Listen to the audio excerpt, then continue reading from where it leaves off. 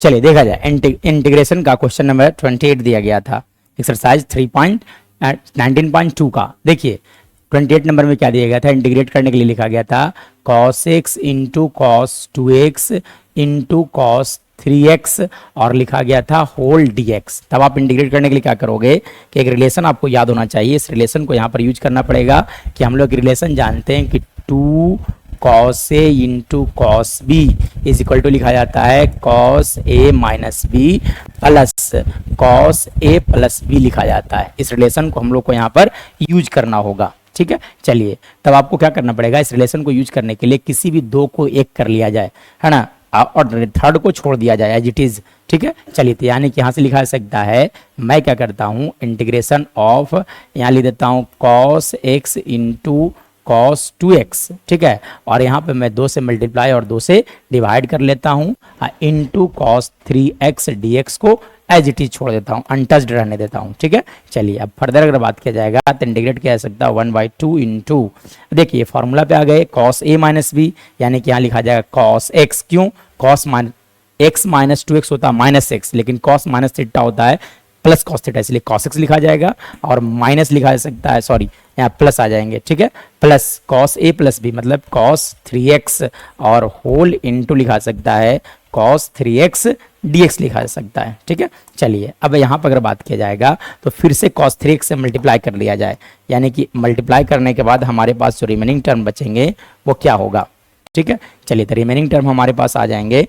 लिखा जा सकता है 1/2 कांस्टेंट है, इसलिए इंटीग्रेशन से बाहर रखा जाए अभी भी, ठीक है ना, इसे मल्टीप्लाई किया जाए तो आप लिख सकते हैं यहाँ पे cos 3x into cos x dx, दो पार्ट में स्प्लिट कर दिया जाए, प्लस 1/2 को मैं यहाँ लिख देता हूँ और यहाँ लिख देता हूँ cos स्क्वायर 3x dx लिखा जा सकता है, ठीक है। चलिए अब मैं फर्दर बात करूं यहाँ पे तो फिर से फॉर्मूला पे लगाने के लिए 2 से मल्टीप्लाई और 2 से आपको डिवाइड करना पड़ेगा, मतलब 1/4 into 2 cos a into cos B, formula होता है cos a माइनस बी, यानी कि लिखा सकता है cos 2x, ठीक है, plus cos a plus B मतलब लिखा सकता है ऐसे cos 4x का dx, प्लस यहाँ से अगर मैं बात करूँ तो इसे इंटीग्रेट करने के लिए आपको करना पड़ेगा 2 से मल्टीप्लाई करना पड़ेगा और 2 से आपको डिवाइड करना पड़ेगा, ठीक है, dx लिखना पड़ेगा आपको। चलिए अब फर्दर अगर मैं बात करूं आगे, इसके आगे अगर बात किया जाए तो कैसे इंटीग्रेट किया जाएगा सर, ठीक है। तो देखिए इंटीग्रेट करने के लिए क्या करना होगा, 1/4 चल रहा था तो 1/4 चलने दीजिए और इंटीग्रेशन डायरेक्ट इंटीग्रेट कर दिया जाए, तो इसका इंटीग्रेशन की अगर बात किया जाएगा तो लो मैं यहाँ लिख देता हूँ cos 2x dx, ठीक है, और यहाँ पर भी लिख दिया जाए 1/4 इंटू लिखा जा सकता है cos 4x dx लिखा जा सकता है, मतलब और यहाँ से 1/4 इंटू अगर मैं यहाँ पे बात करूँ तो 2 cos स्क्वायर होता है 1 प्लस cos 2a मतलब cos 6x dx लिखा जा सकता है, ठीक है। चलिए अब इंटीग्रेशन किया जाए, हर एक फंक्शन को इंटीग्रेट कर दिया जाए तो इसका इंटीग्रेशन आ जाएगा